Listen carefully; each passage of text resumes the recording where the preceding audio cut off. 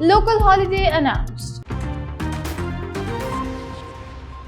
Hi, this is Minahal Fatma and let's have a look on 12 a.m. headlines. A local holiday has been announced in Karachi on June 8, 2026 to mark the annual Urs of Hazrat Abdullah Shah Ghazi.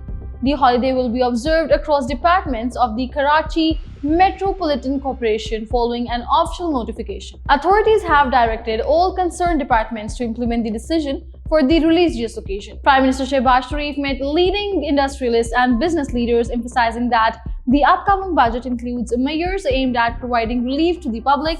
The meeting focused on economic growth, tax reforms, investment promotion, and expanding the tax net. Pakistan People's Party Chairman Bilawal Bhutto Zardari pledged to resolve the resettlement issues of family affected by the Daimir Basha Dam if his party wins the upcoming Gilgit-Baltistan elections. Addressing a rally in Daimir, he called the dam Pakistan's most important national project and urged faster progress on its construction. Bilawal also promised to secure the constitutional rights, development opportunities, and better infrastructure for the people of Gilgit-Baltistan. Prime Minister Shehbaz Sharif stressed the need to implement agreements and MOUs signed during his recent visit to China. During a meeting with Chinese ambassador, both sides discussed expanding cooperation under CPAC 2 and the key development projects. The talks also focused on economic collaboration, security cooperation, and strengthening the Pakistan-China strategic partnership. Energy Minister Awais Laghari acknowledged that fixed charges in electricity bills have risen from around 3 to 4% to nearly 10%.